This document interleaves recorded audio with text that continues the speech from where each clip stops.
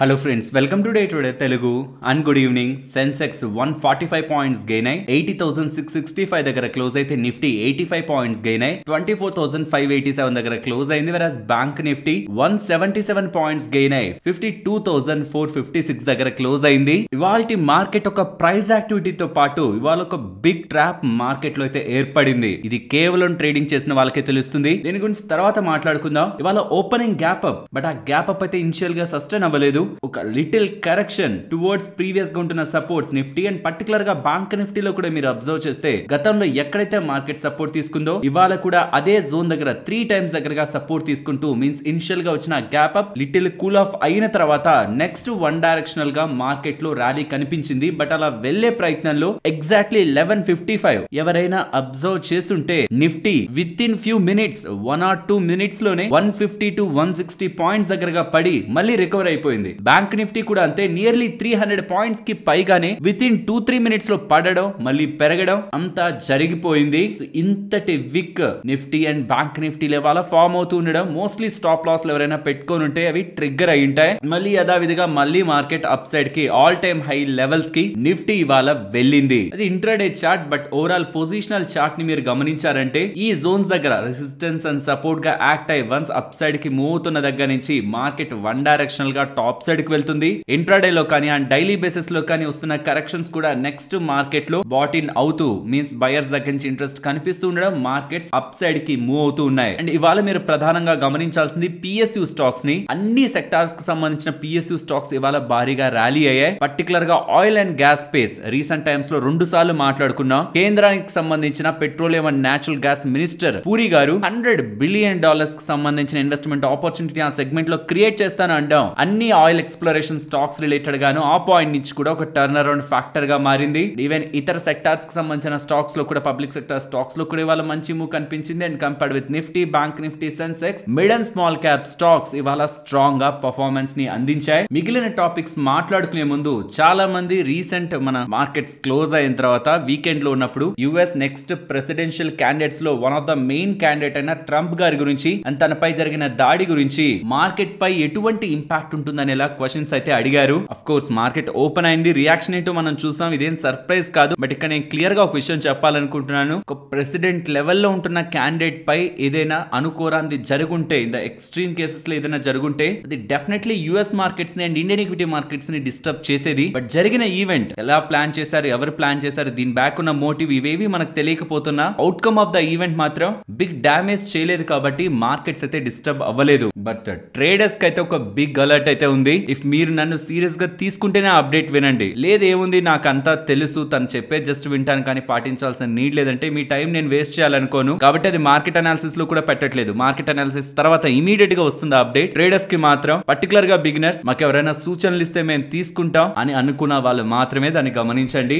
Coming to FIs ఒక activity cash market లో చూసారా, లాస్ట్ ఫ్రైడే మన మార్కెట్స్ క్లోజ్ అయ్యాక ఎఫ్ఐఎస్ దగ్గర నుంచి 4,000 కోట్ల దగ్గరగా స్ట్రాంగ్ బయింగ్ యాక్టివిటీ కనిపించింది. అండ్ ఇన్ ఫ్యాక్ట్ వాళ్ళు నెట్ బయర్స్ గానే ఉన్నారు. ఇంకా అంటే సిగ్నిఫికెంట్ గా వాళ్ళ లాంగ్స్ ని అన్వైండింగ్ కూడా చేసుకోలేదు. స్టిల్ ఇంకా 79% నెట్ లాంగ్స్ తో 3.3 లాక్ దగ్గరగా contracts future side net buying side ఉంచుతున్నారు. అండ్ రీసెంట్ టైమ్స్ లో మార్కెట్ ని నేను బులిష్ గా చూస్తున్నాను, ఇక్కడ నుంచి అప్ సైడ్ కి వెళ్తుంది అనుకుంటున్నాను అన్న ప్రతిసారి 3 నుంచి 4 కామెంట్స్ దగ్గరగా ఇంకెంత పెరుగుతుంది, పడాలి కదా అని అడుగుతున్నారు. ఫ్రెండ్స్ ఎప్పుడు పడుతుందో నాకు తెలియదు, ఓపెన్ గా చెప్తున్నాను. ఇన్ఫాక్ట్ ఎంత వరకు పెరుగుతుందో కూడా నాకు తెలియదు. నాకు తెలిసిందల్లా ప్రెసెంట్ మార్కెట్ లో ఉంటున్న డైరెక్షన్ ని అపోజ్ చేయకూడదని, ఒకవేళ చెయ్యాలనుకుంటే ఒక ఇంపార్టెంట్ లెవెల్ పెట్టుకొని ఆ లెవెల్ బిలో వచ్చాక చేద్దామని. అలా నేను గతంలో గమనిస్తున్న లెవెల్స్ ని మీతో షేర్ చేస్తూ వచ్చాను. గతంలో మనం గమనించింది 23,950. బట్ మార్కెట్ అక్కడి నుంచి కూడా స్ట్రాంగ్ గా అప్ సైడ్ కి వెళ్లిపోయింది. కాబట్టి ఈ రీసెంట్ టైమ్స్ లో ఫామ్ అయిన ఈ జోన్ బిలో మార్కెట్ ఒకవేళ క్లోజ్ అవుతున్నట్లయితే, end of the day daily candle close అవుతున్నట్లయితే దెన్ అప్పుడు ఉంటున్న వ్యూ ని మనం మార్చుకునే ప్రయత్నం చేద్దాం. మళ్ళీ రిమైండ్ చేయాలనుకుంటున్నాను, 21,000 దగ్గర ఉన్నప్పుడు, 22,000 దగ్గర ఉన్నప్పుడు, 23,000 దగ్గర ఉన్నప్పుడు ప్రతి దగ్గర కూడా మనం ఒక ఇంపార్టెంట్ లెవెల్ పెట్టుకొని ఆ లెవెల్ బిలోకి రాందే మనం వ్యూ ని చేంజ్ చేసుకోకూడదు. అంటే 10 టైమ్స్ లో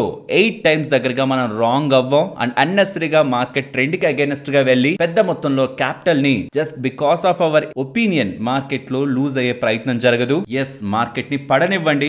నిజంగా వీక్నెస్ ఉంటే ఈ లెవెల్ బిలో కూడా క్లోజ్ అవుతుంది కదా, అప్పుడు మార్కెట్ ఇంకెంత కిందకి పడడానికి ఛాన్సెస్ ఉన్నాయి. అండ్ ఇంకా మార్కెట్ రిలేటెడ్ గా మనం ఎటువంటి వ్యూ ని అప్పుడుంటున్న macro economic economic data points ని బట్టి మనం రివ్యూ చేసే ప్రయత్నం చేద్దాం. టిల్ దెన్ ఈ లోపైన ఎవరైనా మార్కెట్ కి అగైనెస్ట్ గా మార్కెట్ పడుతుందని positions with in the day కానీ పొజిషనల్ గా కానీ ప్లాన్ చేస్తుంటే proper hedging and logical stop losses తో ముందుకు వెళ్ళండి. బికాస్ మీరు అనుకున్న రైట్ అయితే మనీ సంపాదిస్తారు, బట్ రాంగ్ అయితే ట్రెండ్ కి అగైనెస్ట్ గా వెళ్తున్నప్పుడు బిగ్ ఇంపాక్ట్ క్యాపిటల్ మీద ఉండకుండా చూసుకోవడం కూడా మన బాధ్యత.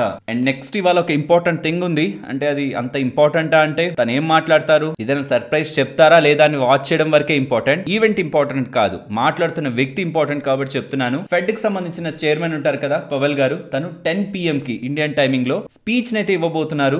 స్పీచ్ కంటే ఇంటర్వ్యూ అనుకోవడం బెటర్ ఏమో. ఆ ఇంటర్వ్యూలో ఫర్దర్ గా తన జూలై రిలేటెడ్ గా, జూలైలో 30-31 ఫెడ్ మీటింగ్ ఉంది కదా, దాని రిలేటెడ్ గా వడ్డీ రేట్ల గురించి ఏదైనా అప్డేట్ చేస్తారా అని చూడాలి. యాజ్ ఆఫ్ నౌ మార్కెట్ లో ఉంటున్న ఎక్స్పెక్టేషన్స్ అయితే జూలైలో ఎటువంటి వడ్డీ రేట్ల కట్ ఉండదని, సెప్టెంబర్ లోనే ఉంటుందని. ఎస్, రీసెంట్ టైమ్స్ లో CPI inflation data cool of అయింది, జాబ్స్ డేటా వీక్ గా వచ్చింది, ఎకానమీ రిలేటెడ్ గా కూడా యూఎస్ లో వీక్నెస్ వస్తుందని ఇలా ఇండికేషన్స్ కనిపించాయి. అండ్ ఆ డేటాస్ ని బట్టే యూఎస్ ఫెడ్ చైర్మన్ అయిన పవల్ గారు కూడా testimony in front of house of representatives కానీ యూఎస్ సెనెట్ ముందు కానీ వడ్డీ రేట్లని అలా లాంగ్ టర్మ్ పాటు అంత హైలో హోల్డ్ చేయడం కూడా ఎకానమీకి మంచిది కాదనే సంకేతాలు అన్ని ఇచ్చినా సరే ఈ జూలైలో వడ్డీ రేట్ కట్ ఉంటుందని మార్కెట్ లో ఎక్స్పెక్టేషన్స్ లేవు. ఏదైనా కట్ ఉంది అంటే అది సెప్టెంబర్ లోనే ఉంటుంది అనుకుంటున్నారు. ఇఫ్ ఇన్ కేస్ జూలైలో కానీ ఏ మాత్రం కట్, అది 5 basis points అయినా సరే కట్ చేశారంటే మాత్రం అదొక big positive surprise. No cut అయినా సరే, జీరోలో ఉంచినా సరే అది సర్ప్రైజ్ అయితే కాదు, పాజిటివ్ కాదు, నెగిటివ్ కాదు. ఏదైనా నెగిటివ్ కామెంట్స్ చేస్తే తప్పించి మార్కెట్ కి నెగిటివ్ గా రియాక్ట్ అయ్యే ఛాన్సెస్ అయితే జూలై 30 to 31 జరగబోతున్న ఫెడ్ మీటింగ్ ఈవెంట్ అయితే ఉండదు. దీని రిలేటెడ్ గా final update July 31 night 11:45 to 12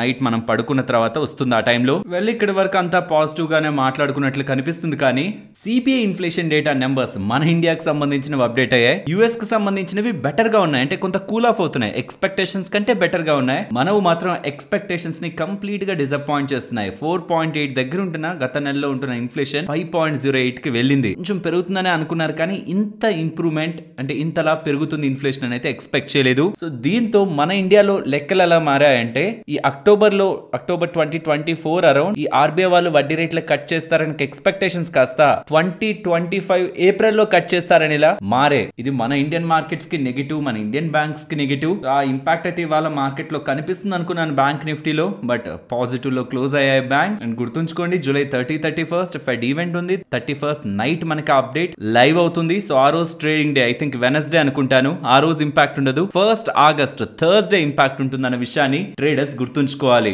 market view కూడా స్టార్టింగ్ లోనే మాట్లాడేసుకున్నాం. నేను 100% చెప్తాను, ఎవరైతే మార్కెట్ రిలేటెడ్ గా పడిపోతుందని వెయిట్ చేస్తున్న ట్రేడర్స్ ఉన్నారో ఆ రోజు ఖచ్చితంగా ఒక రోజు వస్తుంది. నో డౌట్ మార్కెట్ పెరుగుతూనే వెళ్ళదు, ఖచ్చితంగా పడుతుంది. కానీ ఆ రోజు ఎప్పుడు అన్నది పెరుగుతున్నప్పుడు మనం అంచనా వేయడం కంటే ఒక్కసారైనా మనకు మార్కెట్ లో వీక్నెస్ అనిపించి ఒక లాజికల్ లెవెల్ బిలోకి వచ్చిన తర్వాత అంచనా వేయడం మంచిది అన్నది నా అభిప్రాయం. అండ్ మర్చిపోయాను, ఇంకొన్ని డేటా పాయింట్స్ ఉన్నాయి. వెనస్డే మనకి మార్కెట్ హాలిడే, గుర్తుంచుకోండి మార్కెట్ ఉండదు వెనస్డేనా. అండ్ 18th ఇన్ఫోసిస్ రిజల్ట్స్ వస్తాయి, 19th రిలయన్స్ ఇండస్ట్రీ రిజల్ట్స్ వస్తాయి. ఇవి రెండు మనకి ఇంపార్టెంట్ కదా. రీసెంట్ టైమ్స్ లో మనకి టీసీఎస్ వాళ్ళు మంచి నెంబర్స్ ని పోస్ట్ చేశారు, ఈవెన్ హెచ్సిఎల్ టెక్ వాళ్ళు కూడా మంచి నెంబర్స్ ని పోస్ట్ చేశారు. అండ్ ఈ విషయాన్ని కూడా అండర్లైన్ చేసి చెప్పాలనుకుంటున్నాను. రీసెంట్ టైమ్స్ లో మన ఇండియన్ స్టాక్స్ లో ఐటీ స్టాక్స్ బాగా పెరిగాయి కదా. ఫ్రైడే అయితే వన్ మ్యాన్ షో, కేవలం ఐటీ స్టాక్స్ ఇండియన్ మార్కెట్స్ ని లీడ్ చేశాయి. కాబట్టి ఐటీ స్టాక్స్ ఓవర్ వాల్యూ లోకి వెళ్ళిపోయాయి అనుకోకండి. ఎందుకంటే యూఎస్ కి సంబంధించిన ఐటీ స్టాక్స్ ని చూడండి, ఈపామ్ కానీ, గ్లోబెంట్ కానీ, కాగ్నిజెంట్ కానీ లాస్ట్ 1 వీక్ నుంచి 6% దగ్గరగా పెరిగాయి. అండ్ లాస్ట్ 1 మంత్ లో 10% దగ్గరగా పెరిగాయి. సో మన స్టాక్స్ పెరుగుతున్న ఐటీ స్టాక్స్. అండ్ గ్లోబల్ గా కూడా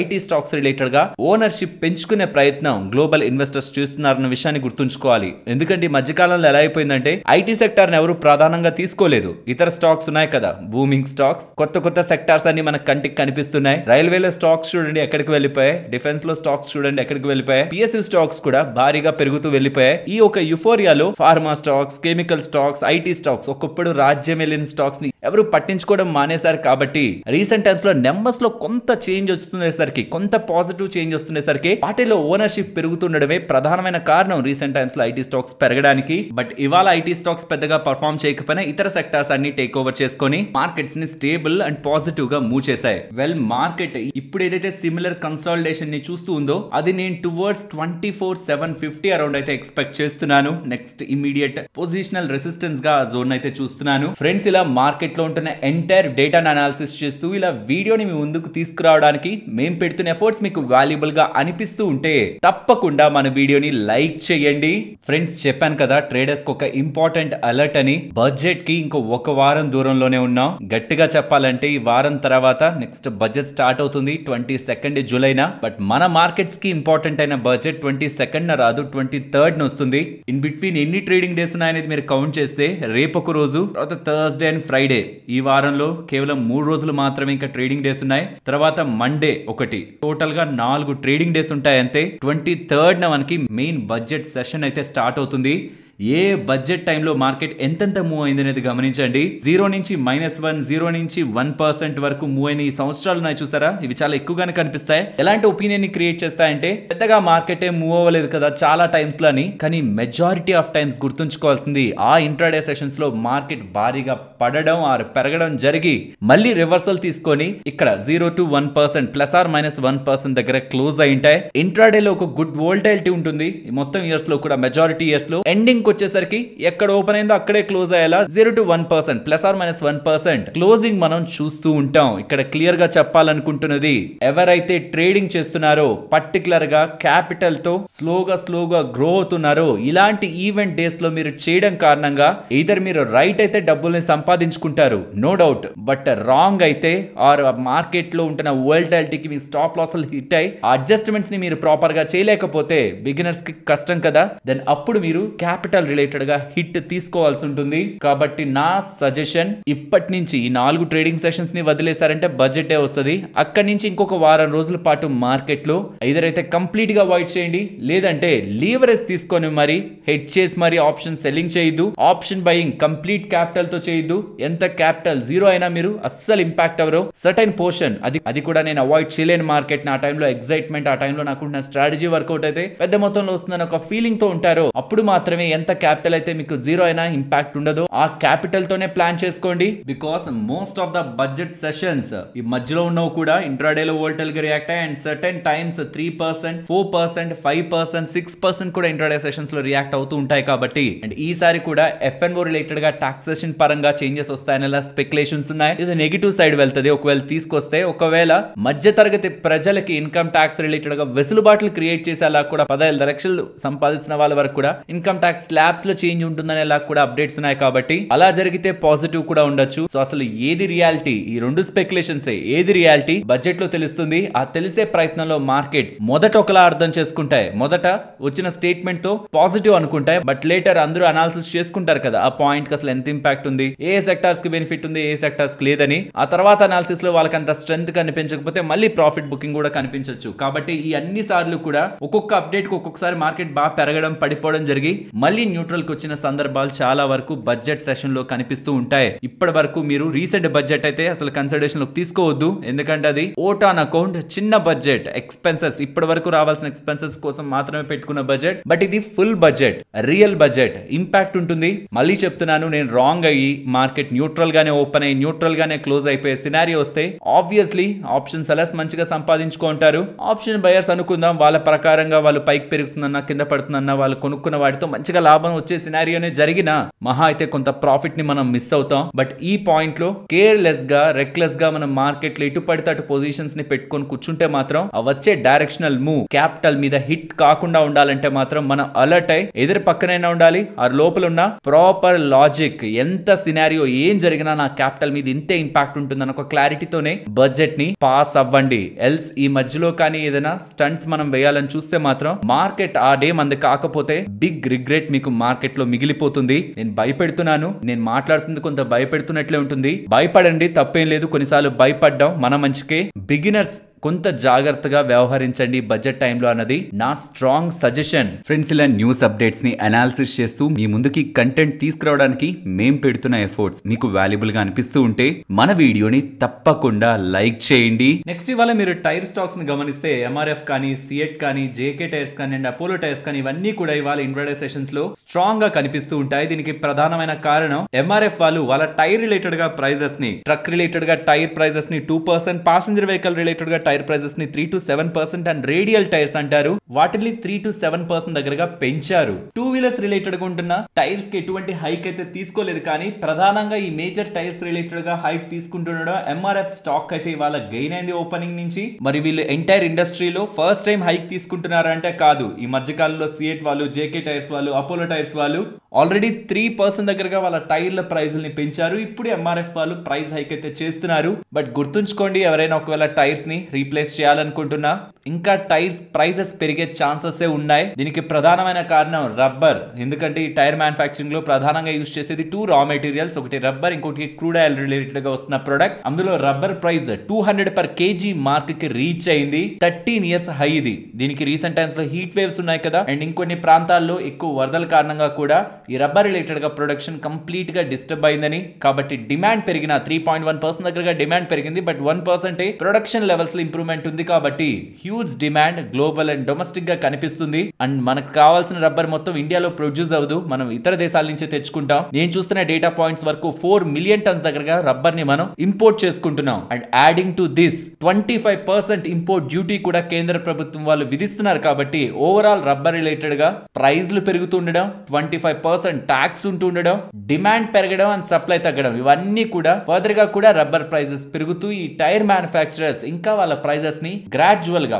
6 months కో నెక్స్ట్ ఫ్యూ మంత్స్ తర్వాత అయినా సరే సర్టైన్ ఇంటర్వెల్స్ స్లోగా ఎలా అయితే మనకి ప్యాసింజర్ వెహికల్స్, కమర్షియల్ వెహికల్స్ వాళ్ళు రేట్ హైక్లు చేసుకుంటున్నాం అని అప్పుడప్పుడు మనకు అప్డేట్ చేస్తుంటారు, వీళ్ళు కూడా అలానే అప్డేట్ చేసే ఛాన్సెస్ అయితే ఉన్నాయి. అండ్ ఎలాగో డిమాండ్ స్ట్రాంగ్ గా ఉంది కాబట్టి ఆటో సెక్టార్ లో వీళ్ళు పాస్ ఆన్ చేస్తున్న కన్స్యూమర్స్ దాన్ని యాక్సెప్ట్ చేస్తారు. నెక్స్ట్ జెన్ టెక్నాలజీస్ గురించి మాట్లాడుకోవాలి. వీళ్ళు July 15 ఎక్స్చేంజెస్ కి అప్డేట్ చేస్తున్న డేటా ప్రకారం వీళ్ళు గ్లోబల్ డిఫెన్స్ మార్కెట్ కోసం ఏఐ పవర్డ్ రోబోట్స్ ని ప్రెజెంట్ చేస్తున్నట్టు, లాంచ్ చేస్తున్నట్లు అప్డేట్స్ అయితే చేస్తున్నారు. అండ్ దీంతో పాటు కొన్ని ఇతర defence products like Hawkeye, Barbarik, Prahasta and Sthir stab ని రిలీజ్ చేస్తున్నట్టు. ఈ హాకై అనేది anti drone system camera, and Barbarik world's largest remote control weapon station, and Prahasta automated quadruped, and Sthir stab ఈ వేరియస్ వెపన్స్ కి యూజ్ చేసే ఆప్టికల్ గైరో స్టెబిలైజ్డ్ సిస్టమ్.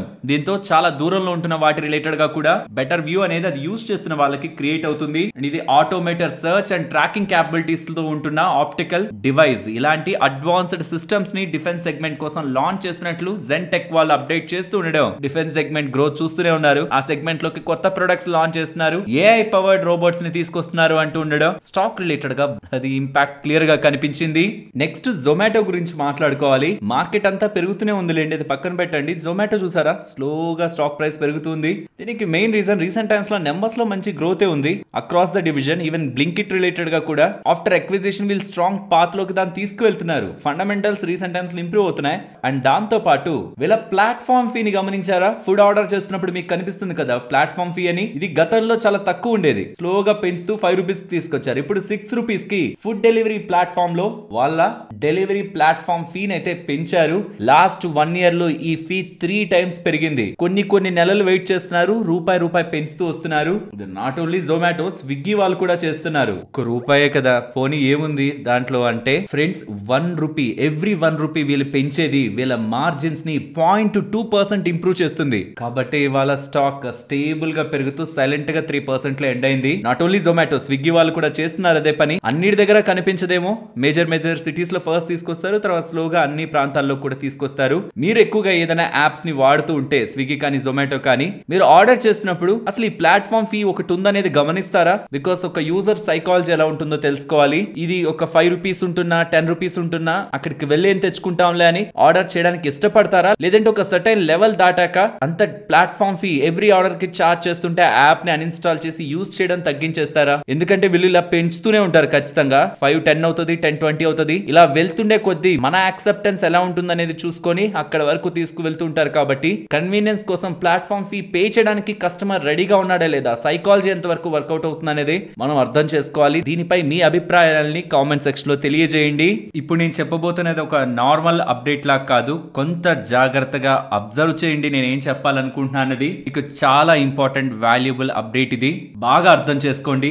ఈ update అయితే simple update first చెప్పేస్తాను. ఫైనాన్షియల్ ప్లాట్ఫామ్స్ లో కూడా ఈ డేటా పబ్లిష్ అయి ఉంటుంది. వరుణ్ బీవరేజెస్ వాళ్ళు పెప్సికో వాళ్ళతో, పెప్సీని మీరు చూసుంటారు కదా, దాన్ని తయారు చేస్తున్న కంపెనీ అనుకోండి, వాళ్ళతో టైఅప్ అయి జింబాబ్వే అలాగే జాంబియాలో ఇదిగోండి ఈ ప్రొడక్ట్ సింబా అనే ఒక స్నాక్ స్నాక్స్ ప్రొడక్ట్ ని సెల్ చేయడానికి ఒప్పందాన్ని కుదుర్చుకున్నారు. జింబాబ్వే అండ్ జాంబియాలో ఎంతుంది మార్కెట్, స్నాక్స్ మార్కెట్ అని చూస్తే $155 to $160 మిలియన్ దగ్గరగా ఇండివిజువల్ గా జింబాబ్వేలో అండ్ జాంబియాలో ఉంది. దీంట్లో ఏంటి మీరు ఇంట్రెస్టింగ్ ది చెప్పేది, అదొక డీల్, పెప్సికో వాళ్ళతో చేసుకుంటున్న డీల్. స్నాక్ మార్కెట్ ని జింబాబ్వే అండ్ జాంబియాలో చేయడానికి వరుణ్ బెవరేజెస్ వాళ్ళు పార్ట్నర్ అయ్యారు. దానికి 60 కోట్లు ఖర్చు పెడుతున్నారు. జింబాబ్వే రిలేటెడ్ గా ప్రొడక్షన్ అండ్ సేల్స్ అన్ని 2025 నుంచి స్టార్ట్ అవుతాయి అండ్ జాంబియా రిలేటెడ్ గా 2026 నుంచి జరుగుతుందని ఇలా అప్డేట్ అయితే చేస్తున్నారు. అక్కడ వరకు బానే ఉంది. ఇక్కడ నేను మిమ్మల్ని అడగాలనుకుంటున్న క్వశ్చన్, మీకు కంటికి కనిపిస్తున్నవన్నీ కూడా పెప్సికోకి సంబంధించిన బ్రాండ్స్. యూజువల్ గా పెప్సికో అనగానే మనకి బేవరేజెస్ గుర్తొస్తాయి, లైక్ పెప్సీ కానీ, వాటర్ బాటిల్స్ నమ్మే ఆక్వాఫెనా కానీ, మౌంటైన్ డ్యూ కానీ, ఇవన్నీ గుర్తొస్తూ ఉంటాయి. కానీ వీళ్ళకి సంబంధించిన మెజారిటీ ఆఫ్ రెవెన్యూ వీళ్ళకి వచ్చేది స్నాక్స్ సెగ్మెంట్ నుంచి. 59% ఆఫ్ దేర్ రెవెన్యూ స్నాక్స్ నుంచి వస్తుంది. ఇదంతా మనకెందుకు, దీని ద్వారా మనం ఏం తెలుసుకోబోతున్నాం ఫ్రెండ్స్? వరుణ్ బెవరేజెస్ వాళ్ళు పెప్సికోకి సంబంధించిన బాటిలర్ అని మీకు తెలుసు. వాళ్ళకి ఆల్రెడీ ఒక good network and good supply chain ఇండియాలో ప్రెసెంట్ అయింది. అండ్ ఆల్రెడీ మొరాకోలో చీటోస్ ఉంది కదా, ఇదిగోండి ఈ బ్రాండ్ చీటోస్, దీన్ని సెల్ చేయడానికి ఆల్రెడీ పెప్సికో వాళ్ళతో ఒప్పందం చేసుకున్నారు. ఇప్పుడు జింబాబ్వే అండ్ జాంబియాలోకి ఎంటర్ అవుతున్నారు. దీన్ని బట్టి మనకి వాళ్ళు ఓన్లీ బాటిలర్ గానే కాకుండా స్నాక్స్ డివిజన్ లో కూడా ఎంటర్ అవుతున్నట్లు మనకు అర్థం కావట్లేదా? స్నాక్ డివిజన్ ఒక high growing division. Upcoming times లో ఇలా ఇతర కంట్రీస్ కి సంబంధించి స్నాక్స్ లోకి ఎంటర్ అవుతూ, ఇది నేను పెద్ద ఆపర్చునిటీగా చూడట్లేదు. ఇన్ఫాక్ట్ జింబాబ్వే, జాంబియా అక్కడేమంత పెద్ద మార్కెట్ కూడా లేదు. నేను ఎక్స్పెక్ట్ చేస్తున్నది వాళ్ళ ఇంటెన్షన్ ఇలా స్నాక్స్ మార్కెట్ లో ఎంటర్ అవ్వాలని ఉంటే కమింగ్ టైమ్స్ లో ఇండియన్ మార్కెట్ రిలేటెడ్ గా కూడా స్నాక్స్ మార్కెట్ లోకి ఇలా స్లోగా పెప్సికో వాళ్ళ ట్రస్ట్ గెయిన్ అవుతూ ఇండియాలో కూడా స్నాక్స్ డివిజన్ లో కానీ వాళ్ళు డిస్ట్రిబ్యూషన్ సెగ్మెంట్ లోకి ఎంటర్ అవ్వగలుగుతుంటే ఎక్స్ట్రాగా వాళ్ళు చేయాల్సింది తక్కువే ఉంటుంది స్పెండింగ్, బికాస్ ఆల్రెడీ వాళ్ళకి సప్లై చైన్ నెట్వర్క్ ఉంది బాటిలర్ గా పెప్సికో వాళ్ళతో. ఈ స్ట్రాంగ్ డిస్ట్రిబ్యూషన్ నెట్వర్క్ ని లీవరేజ్ గా తీసుకొని స్నాక్స్ సెగ్మెంట్ ని ఇండియాలో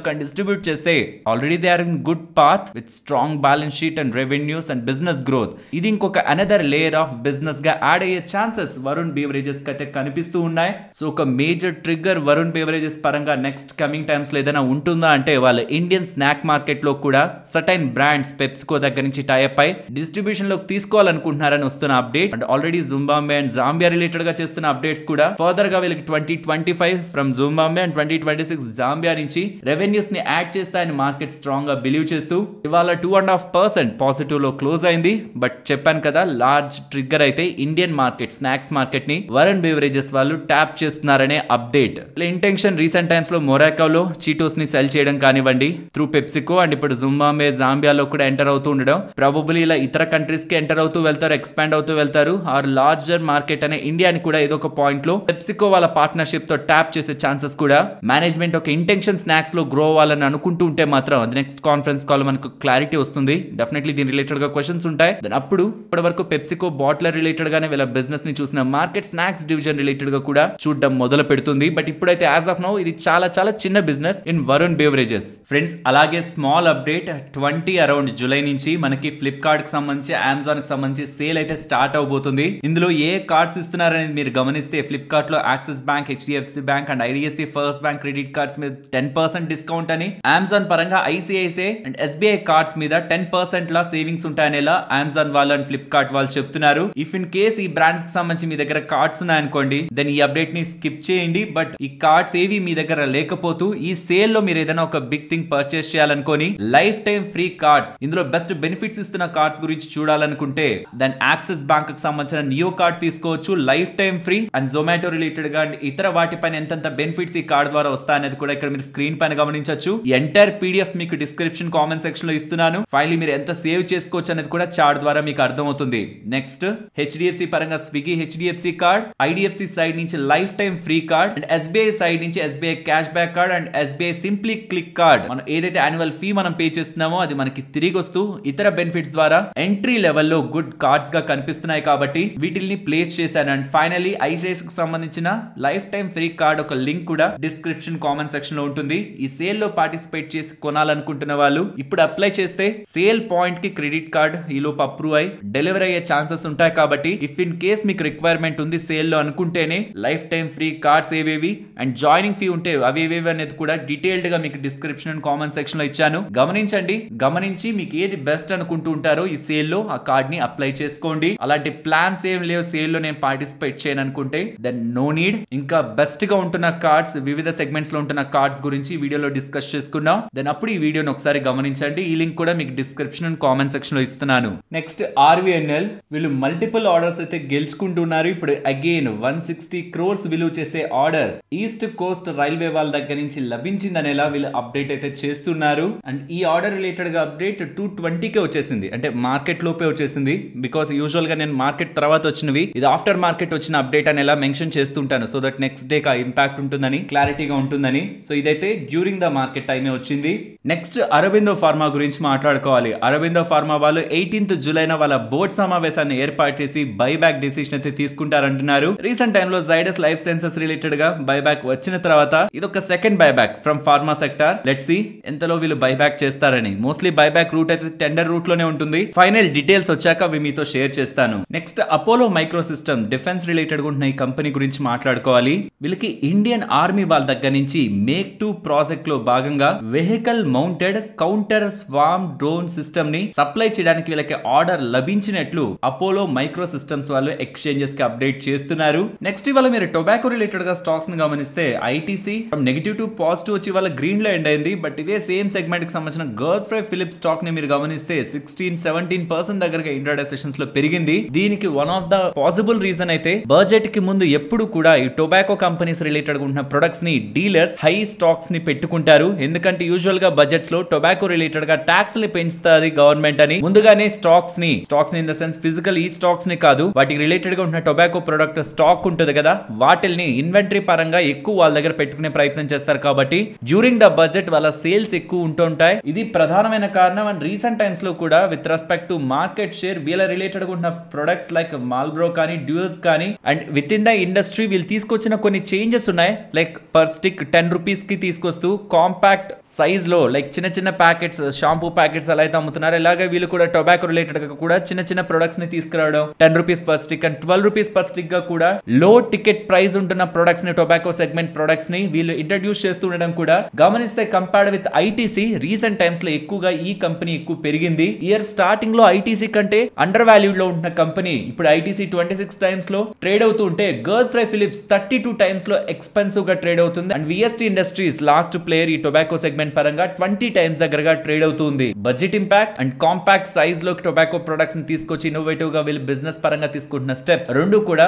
గోడ్ఫ్రై ఫిలిప్స్ బిజినెస్ పరంగా నాట్ ఓన్లీ ఇవాళ last 6 months and last 1 year లో ఈ స్ట్రాంగ్ ర్యాలీకి మెయిన్ రీజన్. నెక్స్ట్ లూపిన్ వాళ్ళ మ్యానుఫ్యాక్చరింగ్ ఫెసిలిటీ ఈ ఫార్మా ప్రొడక్ట్స్ రిలేటెడ్ గా గుజరాత్ లో ఉన్న దవాసా మ్యానుఫ్యాక్చరింగ్ ఫెసిలిటీ రిలేటెడ్ గా యుఎస్ FDA వాళ్ళ ఇన్స్పెక్షన్ జరిగిందని, ఆ ఇన్స్పెక్షన్ రిలేటెడ్ గా ఎటువంటి అబ్జర్వేషన్ లేకుండానే కంప్లీట్ అయింది సక్సెస్ఫుల్ గా అనేసరికి నో యాక్షన్ ఇండికేటెడ్ అని క్లాసిఫికేషన్ వచ్చేసరికి ఈ గుడ్ అప్డేట్ ని వీళ్ళు ఎక్స్చేంజెస్ కి అప్డేట్ చేశారు. అండ్ సిమిలర్ గా పిరమాల్ ఫార్మా రిలేటెడ్ గా కూడా ఇది ఒక pre approval inspection further drugs ఇక్కడ ఉంటున్నవి యుఎస్ కి రావాలా లేదా అని అప్రూవ్ చేసే సెగ్మెంట్ రిలేటెడ్ గా కూడా పిరమాల్ ఫార్మా వాళ్ళకి అహ్మదాబాద్ లో ఉంటున్న వీళ్ళ ఫెసిలిటీ రిలేటెడ్ గా జూలై 10 నుంచి 12 వరకు జరిగిన ఇన్స్పెక్షన్ లో ఎటువంటి అప్డేట్ నెగిటివ్ గా రాలేదని, జీరో అబ్జర్వేషన్ తో ఇన్స్పెక్షన్ కంప్లీట్ అయిందని పిరమాల్ ఫార్మా వాళ్ళు కూడా గుడ్ అప్డేట్ ని ఎక్స్చేంజెస్ కి అందించారు. నెక్స్ట్ తాన్లా ప్లాట్ఫామ్స్ గురించి మాట్లాడుకోవాలి. వీళ్ళు ఒక కమర్షియల్ అగ్రిమెంట్ ని గ్లోబల్ టెక్ మేజర్ అయిన వైజ్లీ ఏటీపీ వాళ్ళతో కుదుర్చుకున్నారని, ఇందులో భాగంగా మనకు మెసేజెస్ ద్వారా స్కామ్స్ జరుగుతుంటాయి కదా, వాటిల్ని అరికట్టడానికి వైజ్లీ ఏటీపీ వాళ్ళు గ్లోబల్ కి సంబంధించిన టెక్ మేజర్ తాన్లా ప్లాట్ఫామ్ వాళ్ళతో టైఅప్ అయ్యారనేలా సాటర్డే నాడు తాన్లా ప్లాట్ఫామ్ వాళ్ళ ఎక్స్చేంజెస్ కి అప్డేట్ చేయడం స్టాక్ ఇవాళ స్ట్రాంగ్ గా గెయిన్ అయింది.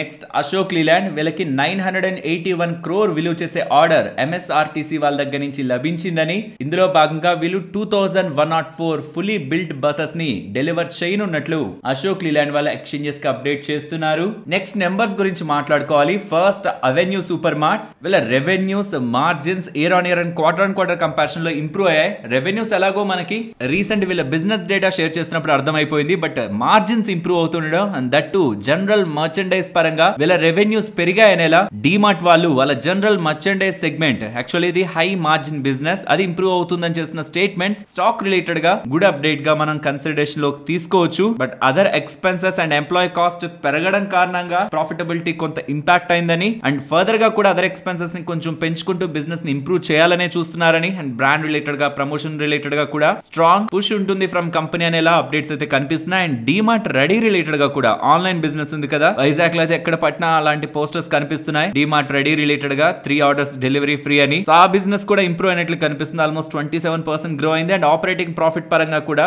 బ్రేక్ ఈవెన్ కి దగ్గరగా మనకు ఆ బిజినెస్ కూడా ఆన్లైన్ డెలివరీ బిజినెస్ కూడా కనిపిస్తుంది. ఓవరాల్ డీమార్ట్ ఎక్స్పెక్టేషన్స్ కంటే బెటర్ గానే నెంబర్స్ ని పోస్ట్ చేశారు.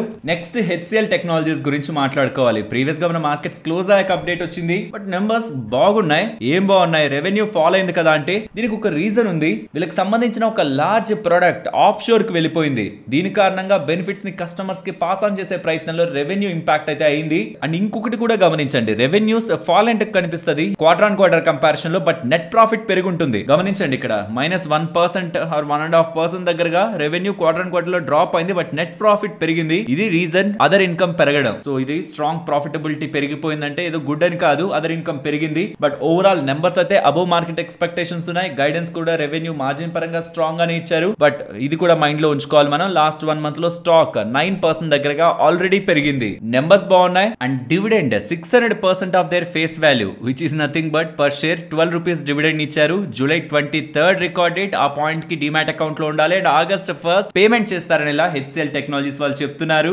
నెక్స్ట్ ఐఆర్డిఏ గురించి మాట్లాడుకోవాలి. ఇదేంటి రిజల్ట్స్ ఇమేజ్ చూపించకుండా ఇది చూపించి చెప్తున్నారు. వీళ్ళు రిజల్ట్స్ పోస్ట్ చేశాక ఫిలిప్ క్యాపిటల్ వాళ్ళు ఒక నోట్ ని రిలీజ్ చేశారు. అందులో టార్గెట్ స్టాక్ రిలేటెడ్ గా 130 అని, ప్రెసెంట్ ఉంటున్న ప్రైస్ నుంచి 54% పడుతుందనేలా వీళ్ళ అనాలిసిస్ అని ఒక రిపోర్ట్ అయితే రిలీజ్ చేశారు. అందులో వీళ్ళు చెప్తున్న కీ రీజన్స్ స్టాక్ రిలేటెడ్ గా strong opportunity, loan growth opportunity అయితే ఉంది. Because renewable energy segment related గా గ్రోత్ స్ట్రాంగ్ గా ఉంటుంది. అండ్ వాళ్ళకి అప్పులు ఇచ్చే దాంట్లో ఐఆర్డిఏ వాళ్ళు కూడా స్ట్రాంగ్ గానే గ్రో అవుతారు. బట్ ప్రాబ్లం అంతా ఎప్పుడైతే లీవరేజ్ బ్యాలెన్స్ షీట్ లో ఇంక్రీజ్ అవుతుందో నెట్ ఇంట్రెస్ట్ మార్జిన్ ప్రెషర్ లోకి వెళ్తాయని, దీని కారణంగా ప్రావిజన్ కవరేజ్ రేషియో కూడా ఇంపాక్ట్ అవుతుంది due to negative credit cost అనేలా. ఇన్ సింపుల్ టర్మ్స్ ఇప్పటి వరకు ఓకే, బట్ ఇక్కడ నుంచి ఇంకా ఫర్దర్ గా పెరిగే కొద్దీ బ్యాలెన్స్ షీట్ రిలేటెడ్ గా ఇంపాక్ట్ ఉంటుంది. ఇలాంటి గ్రోత్ వీళ్ళకి పాసిబుల్ కాదనేలా వీళ్ళు అభిప్రాయపడుతూ వాల్యుయేషన్స్ కూడా ఎక్స్పెన్సివ్ గా ఉన్నాయని కోట్ చేస్తూ స్టాక్ రిలేటెడ్ గా 54% డౌన్ సైడ్ ఉంటుందనేలా ఫిలిప్ క్యాపిటల్ వాళ్ళైతే వాళ్ళ టార్గెట్స్ అయితే ఇస్తున్నారు. నెంబర్స్ ని చూస్తే ఏఎం 34% గ్రో అయింది ఇయర్ ఆన్ ఇయర్ లో, which is very good. And quarter on quarter లో 6% ఇంప్రూవ్ అయింది. ఎన్పిఏ కూడా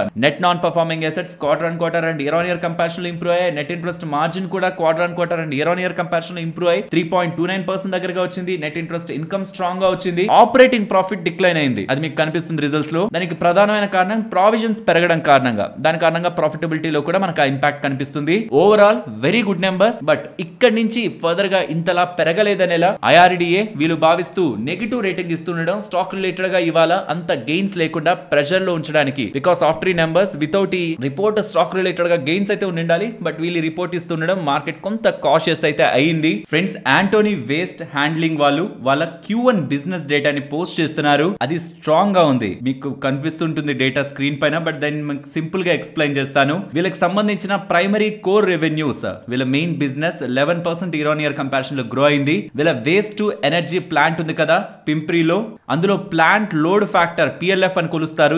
ఎంత స్ట్రాంగ్ గా బిజినెస్ జరిగిందని అది ఆల్మోస్ట్ 89% దగ్గరగా రిపోర్ట్ అవుతుంది. ప్రీవియస్ గా PLF plant load factor 71%. And waste handled కూడా 1.18 మిలియన్ టన్స్ అని ఇయర్ ఆన్ ఇయర్ కంపారిజన్ లో 6% గ్రో అయిందని. అండ్ టిప్పింగ్ రెవెన్యూ కూడా స్ట్రాంగ్ గా ఇంప్రూవ్ అయిందని. And RDF refuse derived fuel related గా కూడా strong sales year on year comparison లో 23% గ్రో అయిందనేలా అప్డేట్ చేస్తూ కాంపోస్ట్ సేల్స్ లో కూడా స్ట్రాంగ్ గ్రోత్ ఉందనేలా వీళ్ళు టోటల్ గా వీళ్ళ బిజినెస్ గురించి, ఇప్పుడుంటున్న బిజినెస్ గురించి అండ్ ఫ్యూచర్ గ్రోత్ గురించి కూడా పాజిటివ్ కామెంట్స్ వీళ్ళ దగ్గర నుంచి కనిపిస్తూ ఉండడం స్టాక్ దాన్ని పాజిటివ్ గా ఇవాళ తీసుకుంది. నెక్స్ట్ CESE వాళ్ళు రీసెంట్ గా గుర్తుందా కోల్కతా రిలేటెడ్ గా టారిఫ్లను పెంచుకున్నారనేలా మనం మాట్లాడుకున్నాం. దాంతో స్టాక్ కూడా ఆ రోజు బాగా పెరిగిందని. వాళ్ళు సుజలాన్ వాళ్ళతో అగ్రిమెంట్ ని కుదుర్చుకున్నారు ఫర్ విండ్ కెపాసిటీ అనేలా అప్డేట్స్ అయితే కనిపిస్తూ ఉన్నాయి. నెక్స్ట్ 2 to 4 ఇయర్స్ లో వీళ్ళకి కావాల్సిన wind turbines and even operations and maintenance పరంగా సుజలాన్ వాళ్ళతో వీళ్ళు పార్ట్నర్షిప్ ని కుదుర్చుకున్నారని ఎక్స్చేంజెస్ కి అప్డేట్ అయితే చేశారు. నెక్స్ట్ నిఫ్టీ అలాగే bank Nifty support and resistance present ఉన్న లెవెల్స్ నుంచి డౌన్ సైడ్ 24,520, అప్ సైడ్ 24,620